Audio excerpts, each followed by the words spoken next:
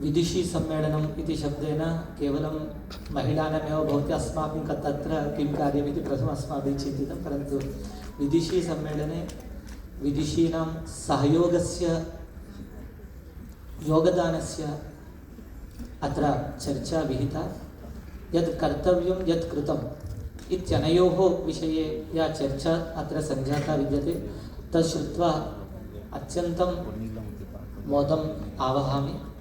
केन्द्रीयसंस्कृतविश्वविद्यालयस्य संस्कृतभारत्याः उभयोः तत्त्वावधाने आयोज्यमाना इयं गोष्ठी अत्र रजतजयन्ती उत्सवम् अपि आयोजयति इति विशेषः विद्यते। तदर्थमहम् आयोजकेभ्यः विशिष्य कमला भरद्वाज महाभागेभ्यः अहं धन्यवादान् प्रकटयामि। प्रायः अहं चिन्तयामि मासत्रयात् महोदय प्रतिदिनं केन्द्रीयसंस्कृतविश्वविद्यालयं प्रति आगच्छति स्म। तद् कथं कर्तव्यं, के तत्र आहूतव्याः इत्यादि रूपेण बहुधा चर्चा विहिता। रात्रौ द्विवादने त्रिवादने अपि तत्र मेसेज् सर्वदा भवति स्म। महोदयाः प्रायः अहर्निशं सेवामहे इतिवत् आरात्रि अपि महोदया अत्र कार्यं कृतवती आसीत्। तदर्थम् अहं विशेषरूपेण कमला भरद्वाज महोदयायै अहं धन्यवादं प्रकटयामि। अंजु सेठ महाभागाः आचार्य अत्र सुन्दरं एतादृशं प्राङ्गणं दत्तवती अस्ति। तदर्थमपि विशेषरूपेण अहं केन्द्रीयसंस्कृतविश्वविद्यालयतः कार्तज्ञं विनिवेदयामि। अद्यतन विशेषवक्तृरूपेण अत्र आचार्याः समागताः सन्ति। यावद् न गर्जन्ति वेदान्तकेसरी, यावद् न गर्जति वेदान्तकेसरी इतिवत् भवताम् अत्र सम्भाषणोत्तरम् इतः परं कथनस्य किमपि नास्ति। तथापि किञ्चित् साहसं करोमि। अद्यहं विराडसि विष्णुरिहेव सरस्वती इति अथर्ववेदस्य वाक्यं स्वीकृत्य किञ्चित् वक्तुमिच्छामि। यद्यपि वयं स्त्री नारी अबला इत्यादि शब्दानां प्रयोगं कुर्मः, प्रत्येकं शब्दस्य एकः विशेषार्थः अत्र प्रतिपादितः विद्यते।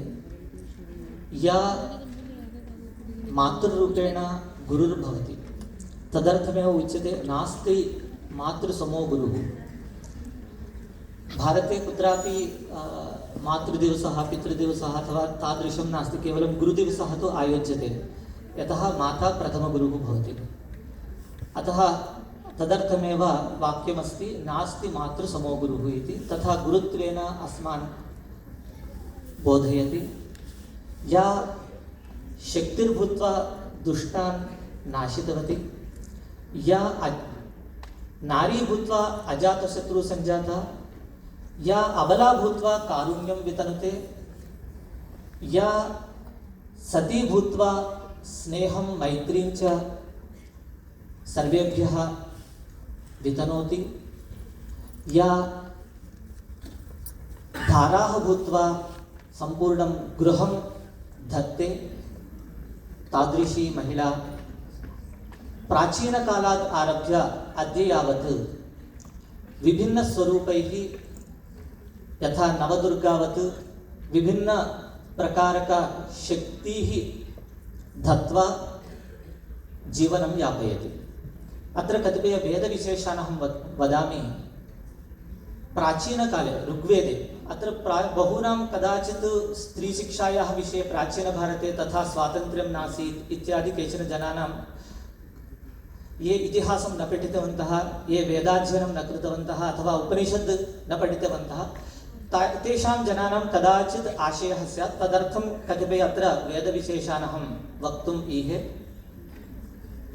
वेदान् अधीत्य वेदो वा वेदं वापि यथाक्रमम् इति वाक्यम् अथर्ववेदे विद्यते। यः अथवा यावत्पर्यन्तं वेदाध्ययनं न कुर्वन्ति तावत्पर्यन्तं विवाहस्य तेषाम् अर्हता न भवति इति अत्र आशयः। अतः महिलानां कृते अपि वेदाध्ययनस्य अत्र परम्परा आसीत्। यज्ञं धत्ते सरस्वती इति एकं वाक्यं ऋग्वेदे विद्यते। यज्ञं धत्ते सरस्वती। यज्ञं करणीयं चेत् तत्र स्त्रियः आवश्यकता भवति स्म। विशेषरूपेण अयज्ञो वा एषः यो अपत्नीकः, पत्नी नास्ति चेत् तत्र यज्ञं कर्तुं तेषाम् अधिकारित्वं न भवति इत्यपि तैत्तरीयसंहितायां विद्यते, तैत्तरीयब्राह्मणे विद्यते। तथैव च पाणिनीय अष्टाध्याय्याम् आचार्य स्वयं व्याख्यात्री इन्द्रावरुण इति तत्र आचार्य इति शब्दप्रयोगः कृतः। यद्यपि आचार्याणि, आचार्यस्य पत्नी आचार्याणि इति भवति, परन्तु स्वयं यदि आचरति, शिक्षणं करोति चेत् सा आचार्य इति शब्देन कथिता भवति। त्वा विदथमा वदासीति इति प्रामाण्यं वयं द्रष्टुं शक्नुमः। सा तस्मिन्नेव आकाशे स्त्रियमाजगाम बहुशोभमानाम् उमां हैमवतीं होवाच किमेतत् अक्षम् इति। यद् ब्रह्मरूपा हैमवती रूपेणापि स्त्रीणां बलम् अस्माकं प्राचीनकाले वेदेषु प्रोक्तं विद्यते। वेदकाले एतादृश्यः विदुष्यः आसन्।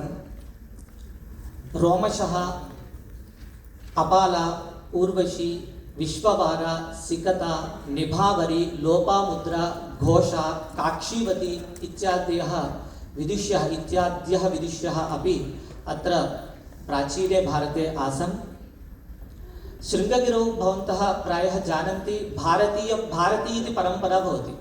इदानीमपि विधुशेखरभारती महास्वामिनः विद्यन्ते। इतः पूर्वं तेषाम् उपरि गुरवः आचार्याः सन्ति, भारतीतीर्थस्वामिनः। अत्र भारती इति परम्परा भवति स्म। भारती इति परम्परा कुतः समागता इत्युक्ते तत्र लिखितमस्ति, मण्डलमिश्रमहोदयः यदा सन्यासी अभूत् ततः परं तेषां पत्नी उभयभारती शृङ्गगिरिं प्रति आगत्य संस्कृतशास्त्राणि अध्यापयति स्म इति। तेनैव कारणेन तत्र भारती इति परम्परा समागता। इत्युक्ते विदुषीणां तादृशी शक्तिः अत्र शास्त्रेषु विद्यते, तदर्थं शृङ्गगिरि इदानीं भारती इति परम्परा समागता विद्यते। अतः वयं ज्ञातुं प्रभवामः प्राचीनकाले स्त्रीणां कीदृशं स्वातन्त्र्यं शिक्षणे तथैव च शिक्षायां विद्यते इति। इतोपि उदाहरणत्रयम् उक्त्वा अहं विरमामि। यदा वाल्मीकि ऋषेः आश्रमे लवकुशैः सह मैत्रेयी अपि अध्ययनं करोति स्म इति। अतः एतद् को एजुकेशन् इदानीन्तनं नास्ति। वाल्मीकिकाले अपि मैत्रेयी लवकुशैः सह आसीत् इति उदाहरणं लभ्यते। भवभूतेः मालविकाग्निमित्रे मालती माधवे एवं लिखितम् अस्ति प्रथमाङ्के, भूरिवसु देवराढ्यां सह कामन्दकी गुरुकुले महिलाः अपि अध्ययनं कुर्वन्ति स्म इति तत्र उद्बोधे विद्यते। अतः को एजुकेशन् इदानीन्तनं नास्ति, प्राचीनकाले अपि विद्यते इति वयं वक्तुं शक्नुमः। तथैव पुराणेषु अपि कहोद सुजाता रुहु इत्यनयोः कथा अपि वर्णिता विद्यते। आश्वलायनस्य गृह्यसूत्रे अपि समावर्तन संस्कारे महिलानामपि समावर्तन संस्कार प्रक्रिया कथं भवति इति स्पष्टतया उल्लिखितमस्ति। तेन कारणेन वयं वक्तुं शक्नुमः तद् वेदाध्ययनं समावर्तन संस्कारः तथैव च उपनयन संस्कारादिकं सर्वमपि महिलानामपि प्राचीनकाले आसीत् इति तद् उदाहरणं तत्र प्रमाणं वयं प्राप्तुं शक्नुमः। केवलं स्त्रियः गृहपर्यन्तम् अबलाः इव एव नासन्। इदानीमपि अबलाः नार्यः न सन्ति। प्राचीनकालेपि तथैव स्थितिः आसीत्। तदर्थम् उदाहरणं वच्मि। इन्द्राणी वै सेनानी देवता सैवास्य सेनां संस्यति इति प्रयोगः। इन्द्राणी वै सेनाये देवता, देवतानां सेनानी रूपेण इन्द्राणी सर्वे अग्रे भवति स्म। तथैव च अपरमपि वाक्यं तत्र भवन्तः आश्चर्यरूपेण अवगन्तुं प्रभवन्ति। स्त्रियो हि दास आयुधानि चक्रे अग्रे येति युवति रहुर्याणा इति प्रयोगः। स्त्रियः हि दास आयुधानि चक्रे, आयुधानि स्वीकृत्य पुरुषाणाम् अपेक्षया स्त्रियः अग्रे गच्छन्ति इति वेदप्रमाणम् अत्र विद्यते अस्माकम्। अतः स्त्रियः केवलम् अबलाः भूत्वा गृहे एव न भवन्ति स्म, आयुधानि स्वीकृत्य युद्धादि कर्मसु अपि कुशलाः आसन्। सद्यो जङ्घम् आयसीं विश्वलायै इति। यत्र विश्वला इति एका स्त्री द्वयोः जङ्घयोः कर्तितयोः सत्यपि दोनों पैर कट गया है।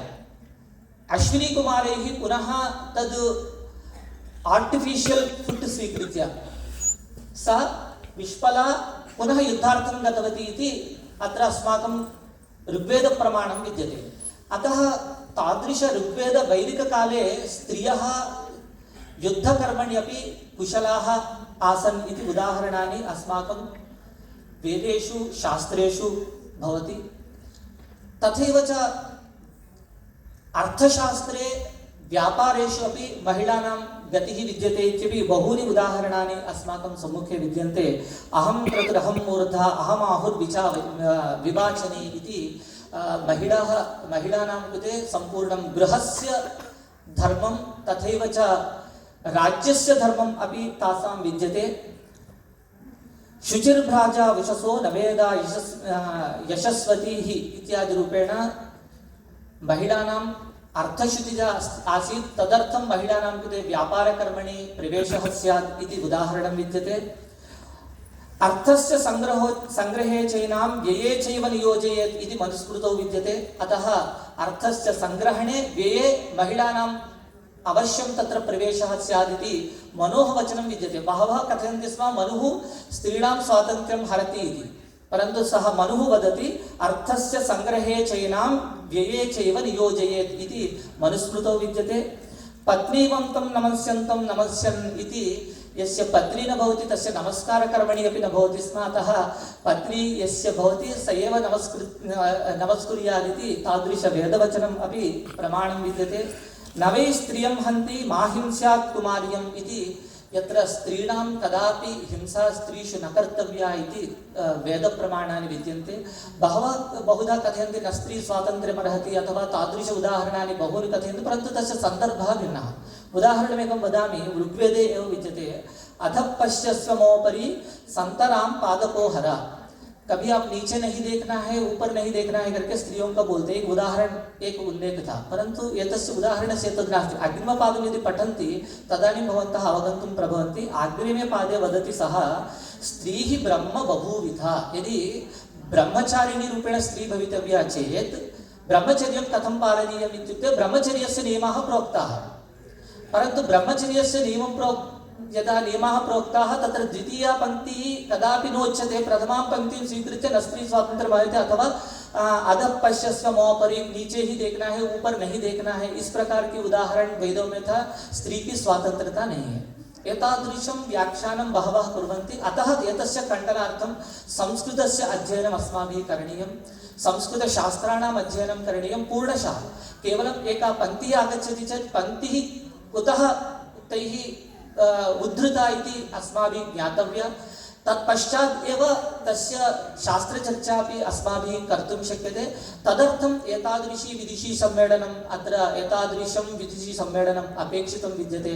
अत्र ये जनाः यज्ञे अस्मिन् आहुतिं प्रदत्तवन्तः सर्वेभ्यः अपि पौनःपुन्येन धन्यवादान् वितीर्य विरमामि। सर्वेभ्यः धन्यवादाः।